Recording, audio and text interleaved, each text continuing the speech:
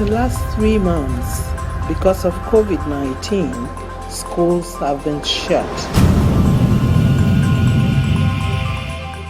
I hope that these materials that we present today will be beneficial to students in their final year of secondary or high school.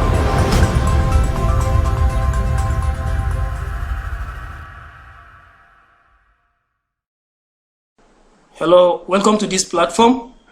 Today we shall continue our lessons on the sources of constitution under civic education. In our previous lecture, we talked about constitution, types of constitution, the features of each constitution with examples. We say that constitution is a set of rules, regulations, principles, and conventions that guide how a state is governed. Under the types of constitution, we're able to mention written constitution, unwritten constitution, flexible constitution, rigid constitution, federal constitution, and unitary constitution. We're able to look at written constitution is a type of constitution that is written, codified, and compiled in a single document called constitution. While unwritten constitution is not codified. Not that it is not written, but it is not codified or compiled in a single document.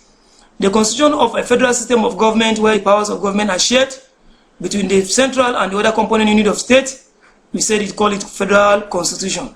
While in a unitary constitution, the powers is not shared, it's concentrated in the hands of a single authority that is called unitary constitution. And when we talk about rigidity or flexibility of a constitution, we're talking about the amendment procedure. When we talk about a rigid constitution means the constitution that is difficult to amend, that requires at least 2/3 majority for its own amendments. Like Nigeria having a written constitution, having a federal system of government, its constitution is written and the amendment procedure is very, very rigid. So therefore we have a rigid constitution. Like other countries practicing unitary constitution have unwritten constitution. Like Great Britain, it has unwritten constitution that is not codified in a single document. As such, the amendment procedure is simple and is flexible. We call it simple minority. Now we go back to the sources of constitution, which is our main topic for today. Under the sources of constitution, we have 1. The source of constitution 1 is past experiences of a country's, example of countries' past social, economic, political, historical, and geographical experiences of various people as its major sources of constitution. I say past experiences, their economic, social, political, and historical and geographical experiences to serve as what? As the major sources of constitution. 2. We have statute. Statute, otherwise known as Act of Parliament, is a legislation or law passed by the Parliament or National Assembly. So statutes passed by the National Assembly or Parliament is also a source of a constitution. 3. Decrees and edicts of the military government. There are differences between decree and edict. Both are laws made by military government. While edicts are laws made by state military government, decrees are laws made by federal military government. So this also serves as a source of country's constitution. 4. The intellectual work of eminent authors, jurists, historians, philosophers, essayists, politicians, and statesmen. This also, their opinion also serve as a source of country's constitution. 5. Case law or judicial proceedings. 6. Customs and ways of life of the people, such as their culture. 7. Rules and conventions guiding human behavior.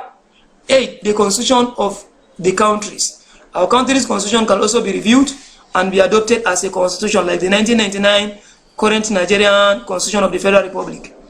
9.